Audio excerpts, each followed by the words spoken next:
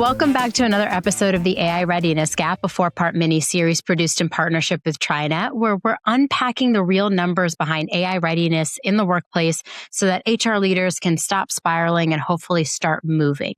And today's number that we're digging into is that 56% of HR leaders expect AI will cause their organization to develop and train employees differently, which, okay, more than half of us see the shift coming, so that's good.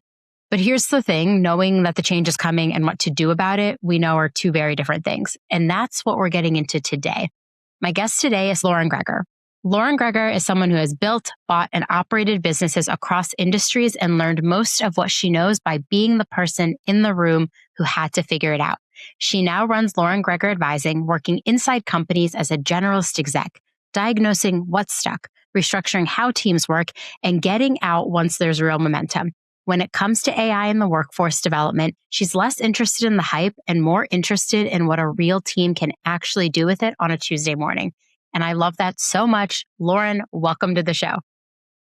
Thank you so much for having me. Exciting to be here.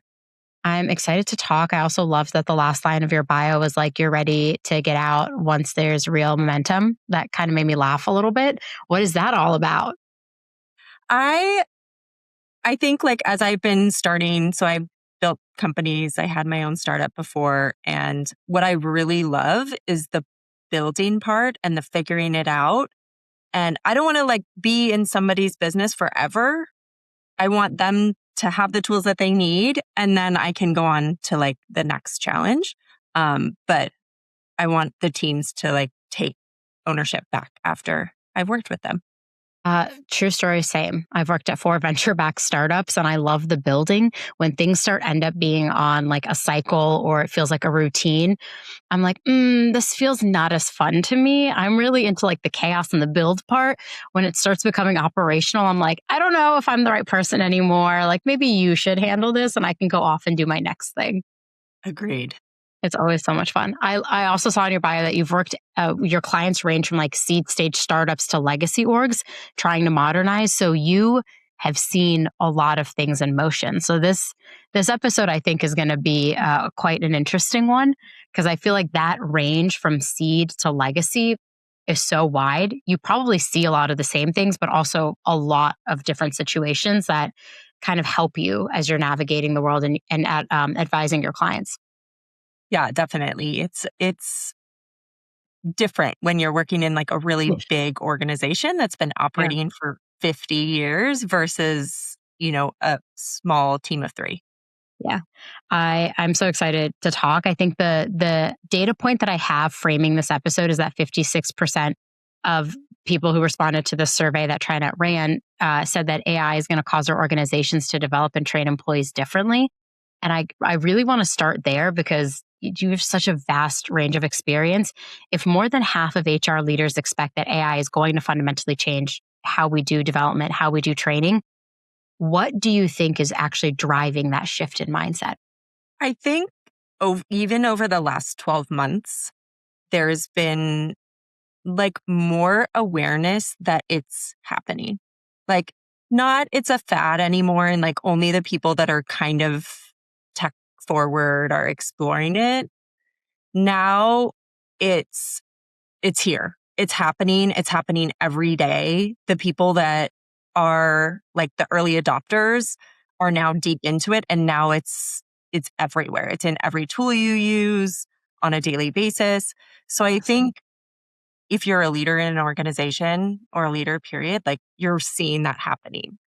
I heard someone speak a couple months ago and they were talking about this transition as like the transition that happened when the internet came around. Yeah. Yep. And like it's happening. So I know there's a lot of apprehension in some places where people, are fearful or there's, worried about efficacy or like people stealing information. Like there's so much apprehension, which I think is all justified, but it's also happening. So like we can help people prepare and be as, knowledgeable as we can. But like the reality is in the day-to-day work, it's already here and it's happening so fast that like we can't ignore it anymore. Yeah, it did feel like a year ago. It was like, this is like fun hype. And now it's like, no, that's like not the case anymore. It feels like it happened so quickly towards the end of last year to the beginning of this year, where it was like all of a sudden everyone had to be paying attention to this every day. And I was like, I can't escape a headline without seeing a headline about AI. But I told an interesting story on the podcast recently where I said last June, I did an event with a bunch of HR leaders, about 30 CPOs in a room. And it was an event about AI. And I asked, like, raise your hand if you're actively working on a project to upskill or reskill your employees. And not a single person raised their hand.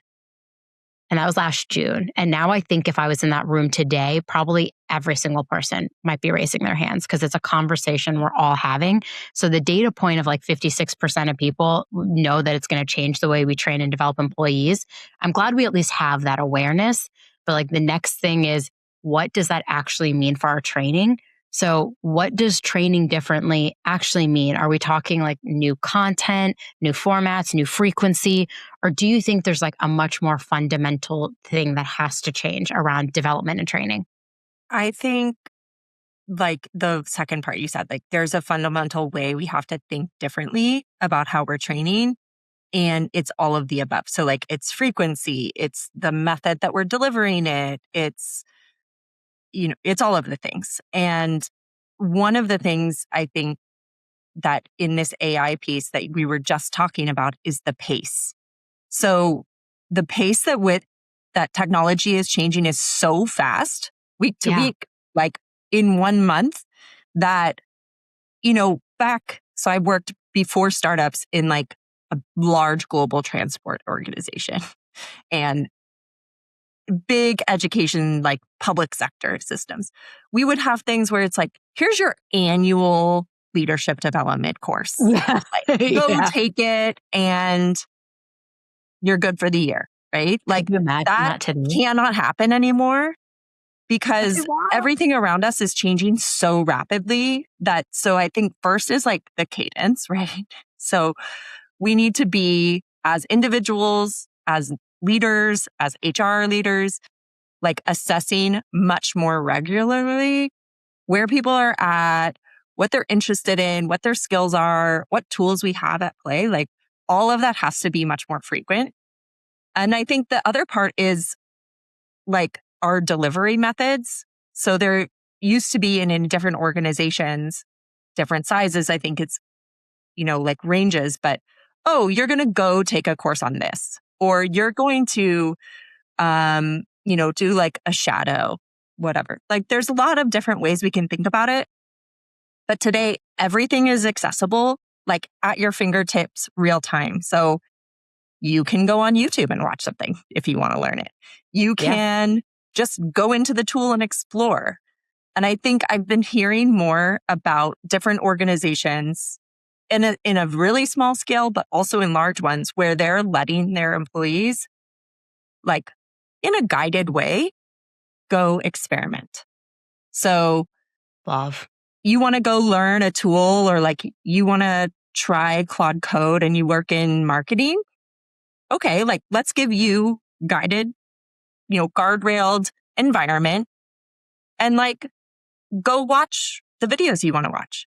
Go talk to someone that you want to follow about this. And I think there needs to be like a lot more agency from the employee themselves or the staff person or the team, but then, guided by leadership. Like we just have to speed up learning because there's no way that if you do like an annual leadership course or annual, let's update you on this technology. Like we roll out Zoom. Oh my gosh. I rolled out Zoom like to an organization before and it took us like a year. And now you would be like, here's the tool. You're expected to be on this by 2 p.m. today. Like that's how fast things are going. And like, we just have to work differently. It's so interesting. Cause like I started my career in L&D. So I managed a global learning and development team, trained up like over 2,000 employees, traveled the world. It was so fun. It is so different now. And like my passion is L&D. Like I started my career in L&D. I think about this all the time. It is so different now. Like I remember when we used to get like our annual coaching plan, or like once a quarter, you would talk to your manager about growth and development. I'm like, that is not the reality today, but it is sometimes overwhelming because you want structured kind of learning. And I feel like we are in a very unstructured type of environment right now. So how do we adopt this thing that your whole life you go to school? You go to school in the morning at 7 a.m. You're there till 2 if you're in high school, whatever. Okay. You're there. You have subjects. It's very structured. Now we're in the workplace where everything feels radically unstructured. And you have to think about growth and development and kind of unravel our structured ways of thinking about it. And you're right. Like rolling out Zoom today would be like, here's Zoom, figure it out in the next 5 minutes. I'll see you on the meeting in 10. Like that is the reality. But I think for a lot of HR people, the pressure of this thing that has historically been structured now needs to look very different. And then you have to unravel what we all bring into the workplace, which is our bias towards learning being a structured thing. So cultivating that time to experiment, I think, is so good with guardrails. We gave all of our employees like $20 a month to play with an AI tool. It's very unstructured. Like we didn't really give a lot of guardrails. We were like, just test it. But I'm going to, after this conversation, probably go back and rethink about like, what should our guardrails be? Because that for somebody who might not be as curious in this environment to learn, I think this can also be really overwhelming for them. Like, how do I teach myself in this very different time? I think it's interesting too that you bring up like the career plan or whatever, the learning plan. Our old like, learning plans. I've worked in learning and development as well. And like you would have your annual review and then you sit down with your manager and your manager might be like, okay, well, what do you want to do this year? Like, actually, I think I want to attend this conference or I think I'm going to, whatever. And you'd like put down your 3 things. Or in some of the places I work, there's like a library of resources where you're like, I'm going to take this training and I'm going to do this training. And that's great. I think like, not that we need to toss that all out, but it needs to be much more about like, how does this person, where do they want to be in 2 years, 5 years, whatever it is? Like, do they want to be the CMO? Do they want to be the chief finance? They want to be the controller, whatever it is. And like, give that person the skills to problem solve, to think creatively, to communicate. And all of that can be done without like, I'm attending X conference. Yeah. Or, now it's like less about, let me make a laundry list of like the 3 types of trainings I want, and more about like, where do I want to be? And then think about what experiences, what experiments, what things are going to like give me the skills to be there and, do that in the environment where like it's changing every month. Yeah, but I do feel like corporate America just like beats the childhood wonder out of you. And so like you end up at a job. Sorry, I don't know if that's the right phrase, but like that is what it feels like. It feels like sometimes employees have like lost the childhood wonder. We're all under an incredible amount of stress. Like as a society, we're lonelier than we've ever been. Like all of these things are at play. And so like I think this job of like really upskilling and reskilling employees in the future is going to be a really hard one unless you're thinking about how do I actually foster the environment where people want to do that, where they want to experiment. Like, I don't know if the average 1,000%. If you have the culture where every minute of every day is like in a meeting or delivering a deliverable, like you can't, like nobody's going to want to do any of this and be motivated to do it. I think that I've heard some interesting places that are trying new ways to do this reskill or upskill, and they are setting aside like, 4 hours a week in a block that the employees get to like go anywhere in the business, anywhere in the company, work with other people, collaborate. And it's like a time dedicated to this, but it's a culture that's established that is be curious, go try. And if we do those things, like the company's going to be better off for it. Yeah. because people are going to figure something out. They're going to build relationships. They're going to find an efficiency that wasn't there before, whatever it is. But I don't think like 99, I don't want to speak for that, but like No. most businesses, corporate and like large businesses just don't have the culture for that right now. And that is going to take a very long time to change. And then it's going to be past. Too late. AI It's going to be too late. Yeah. too late. It's interesting because like we're a Series A startup. Our CEO is very AI curious. Like he's vibe coding every other day. And even I suggested like, what if we just all went offline for like a day? And he was like, I just don't think we should like do that. Like, I think we should let people experiment in their schedules and figure out what works best for them. But I do really want to come back to him and be like, I think we should do like a half day where we just let people play around, where like once a month, it's like a half day play, or it's 30 minutes once a week, where it's like, if you want to go help HR do this thing, if you have an idea to help sales improve, whatever, if you want to go to marketing, like we should create those spaces where people can cross learn. Because the thing about learning and development in the future is I don't think our paths are going to be as linear. I haven't thought our paths are linear for like almost 10 years at this point. And so it's interesting to see like if the paths are going to get less linear, could we as organizations benefit even more from exposing every employee to every function and give them the power to like explore? I think that could be like a game changer for a lot of organizations. Yeah. And I think similar to that point, like a lot of the people that I talk to that are experimenting a lot and are learning in AI are doing it in their own individual way or individual pathway. Yeah. And when I've been in a place where other people are like at a similar level as me, or they're experimenting, maybe they're vibe coding, maybe they're like, using a note taker, whatever it is. Yeah. Sometimes it takes being in those conversations together for you to like unlock the next level. Where, I mean, just the other day I was in a meeting talking with another person that runs their own consulting practice. And I was like, what do you do with the note taker afterwards? Like, yes, I have somebody that takes all my notes, or somebody like an AI. And then like I have a list of tasks over here, and I have a list of things that came out of the meeting. And like, then what do you do? And it's like those really practical conversations, which was then, okay, well, I put it into AI here, and then it generates a to-do list every day. And every morning I come and the to-do list is ready.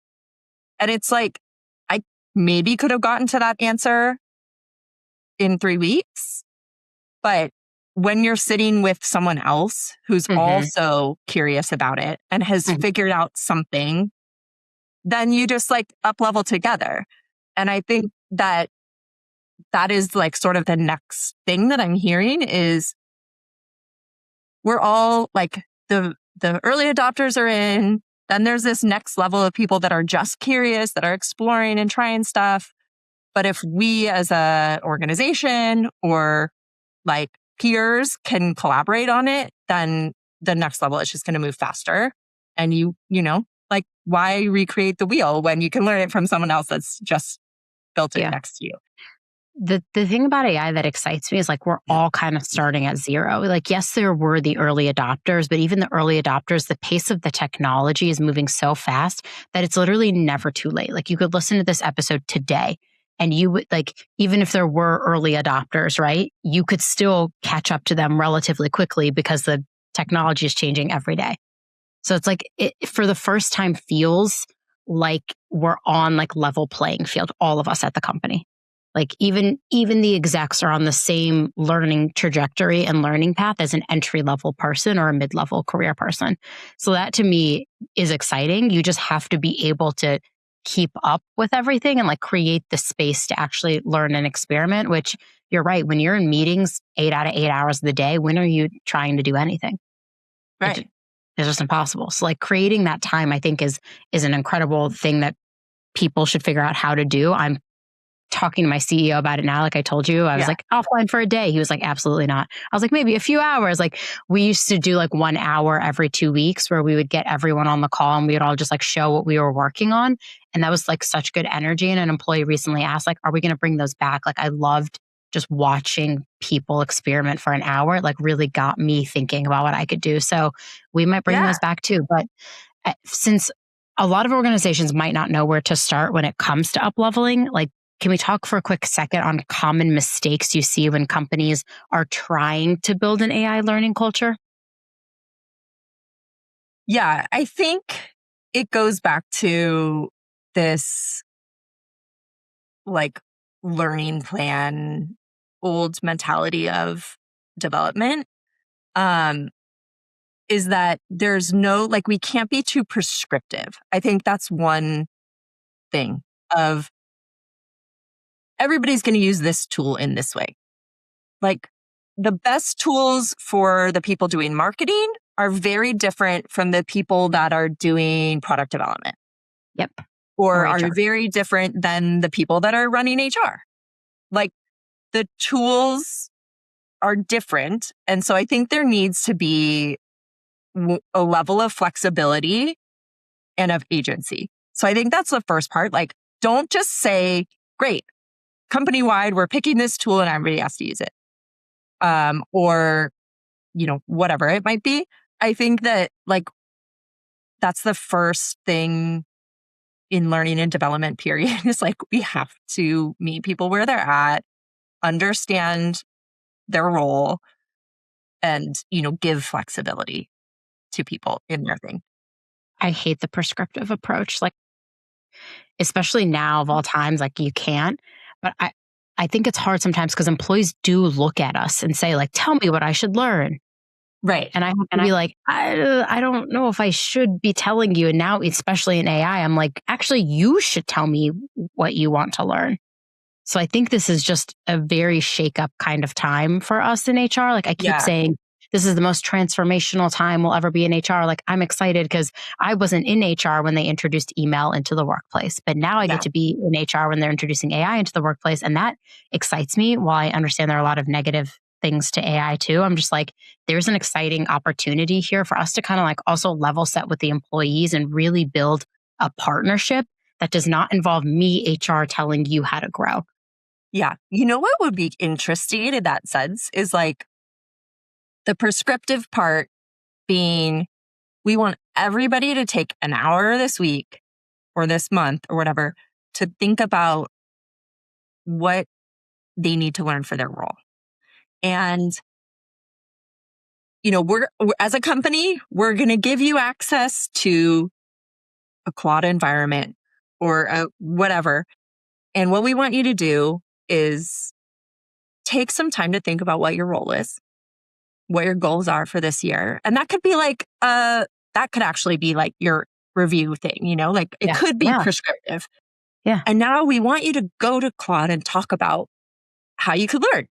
And like, basically they're setting up the AI system. They're playing with it. They're having to explain what they do and what they want to learn and how do they want to get better and like maybe what their team goals are. And instead of doing that in like a Word document Yeah. Or your manager telling you in a or your once a year review. in your review or like a Google Doc that whatever, or like whatever old school way we did or in your learning management system, like whatever way we did that before, I think a company could quickly, uh, a manager could ask Claude to create this for them. And then you have everybody exploring it and you understand people are exploring it. You're giving them time to do it, but they're actually generating something that is personal to them, that they have some buy-in for. They've actually been discussing it with, and I think that a company prescriptive wise can like set time for that, can develop that, can produce it, whatever. And they can set some expectation around like the fears, which I think there is still like some of the reason that people aren't going after is just they're scared. They're scared of the data security. They're scared of AI like making decisions that aren't the ones that they would have made or a human Yeah. would have made. Like there Yeah. are these fears. And I think to overcome that, you have to sort of go in and experience it. And I think a company can do those things by saying, we have our protected environment, everything all the things that they could say. But I think that would be a really fun experiment to then go and say like, okay, now a week later, let's go together. And the whole marketing team comes together and they say, okay, what are you going to go learn? And I guarantee on like a 5-person team, everybody's plan is going to be different. I love that. I actually was writing notes as you were talking because I'm like, maybe we should go do that. Like maybe I should go give that instruction to our employees too, because we all are using Claude. Everyone's talking about it, but I also know there's got to be somebody in our organization who's like, I'm not sure about this. Like I know there's somebody who's like, I don't have time for this, or I'm not sure about this. I don't know where to get started. I think the failure to get started or the fear of getting started holds a lot of people back from things. And I'm like, AI actually solves that problem for you. Like you could go in and just ask it, you could prompt it a question and it will get you started. So like, just I go think try that would be so fun. And you or somebody in your organization could write that first prompt that's like, look, I want you to ask me 10 questions. I want you to interview me about what my role is at this organization. I want you to understand what my quarterly and annual goals are for this, my role, and whatever. Like it could interview that person. So they're not having to, I think that's another part where people are just like, but I don't know how to start. Like, I don't know where to go. But so when it could just interview them. And then it just starts that. And once it's like, oh, I can just talk to this, then the light bulb goes off and you really start thinking like, what else can I do? I do have it. It's so funny. My direct report was like, you would benefit from a to-do list because I'm like a very mental person where I like remember my to-do list. She says I have really good memory. I do. I would give myself like 9.9 out of 10 on memory of things. Rarely do I forget anything. It's a weird little quirk I have. But she was like, I still think you would benefit from a to-do list. Like, and had me go into Claude. It was like connected to my email, connected to my Slack, and she was like, ask it for your to-do list.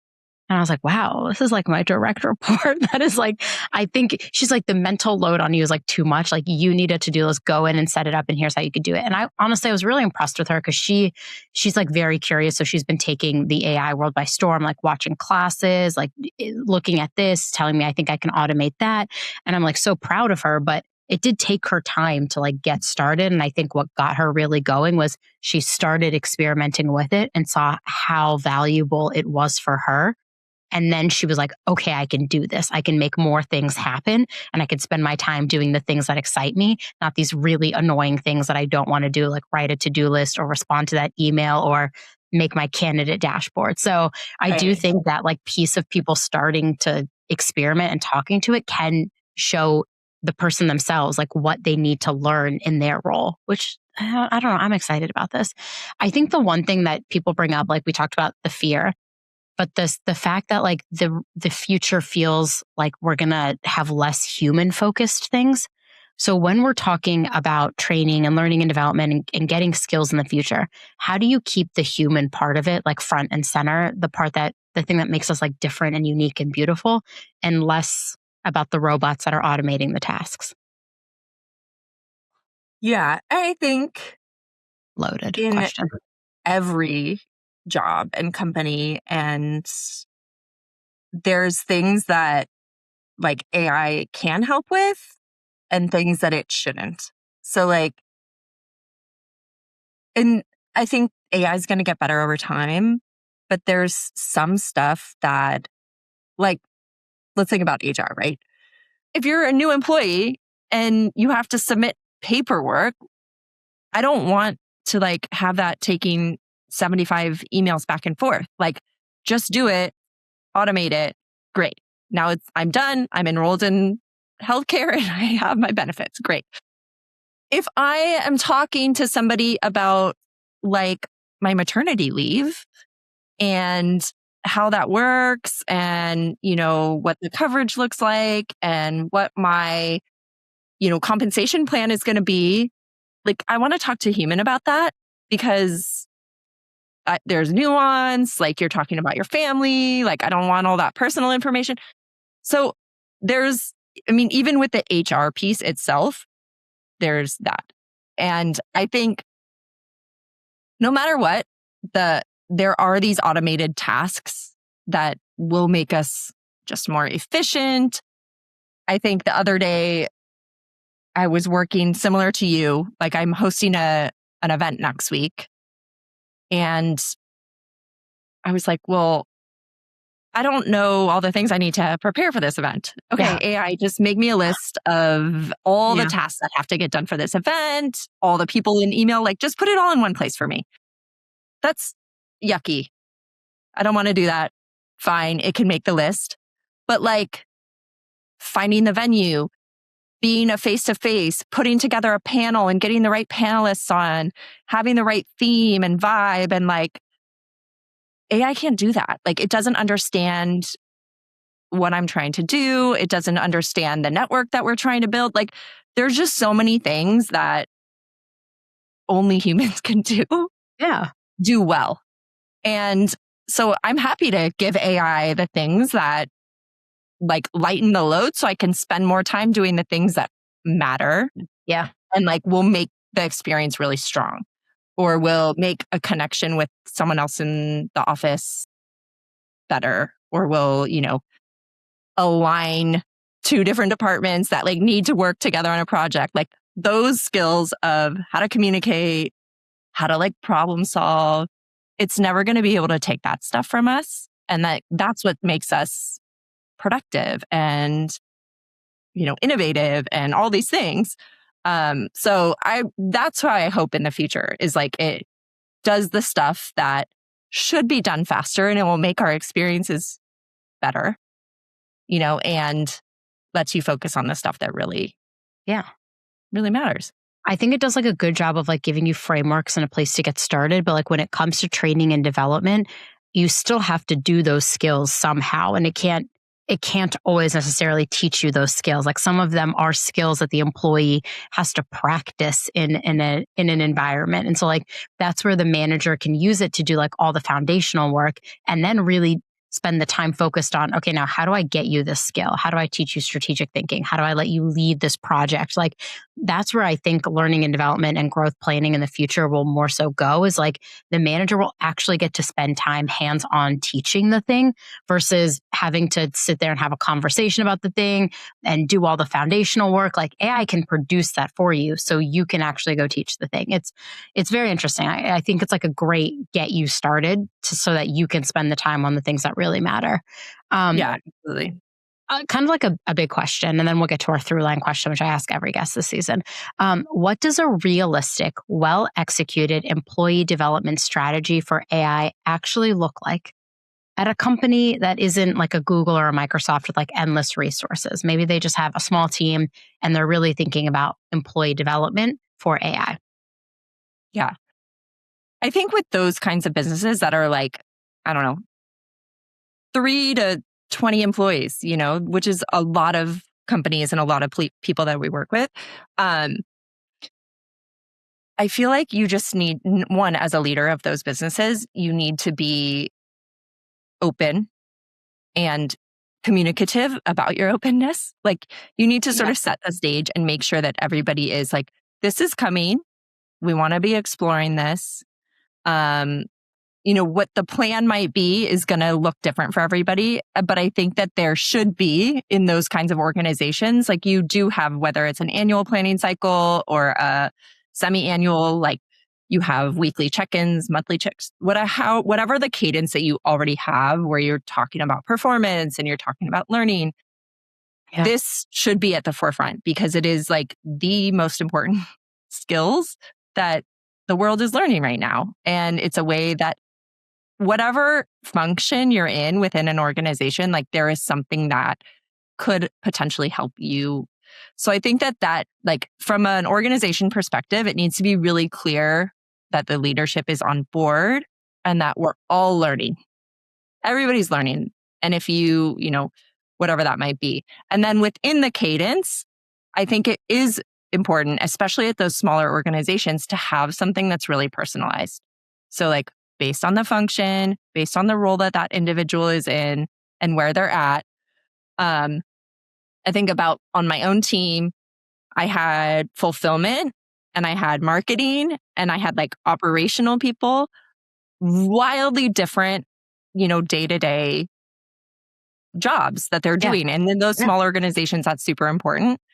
So I think as a leader, being able to sort of be a generalist in that sense of like, you're understanding different pieces, but you're developing a plan for that individual, for that function, and then tied to your goals. Because I think you don't want people just going off and to explore. Like it has to be tied to marketing is doing this. We're really focused on paid ads. Okay, how are we exploring how AI can help us optimize our ads?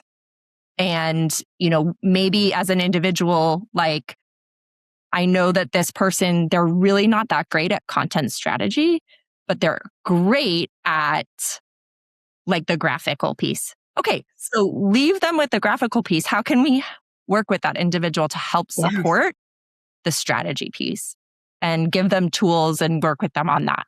So I guess that's not like a prescriptive, like do A, then B, then C.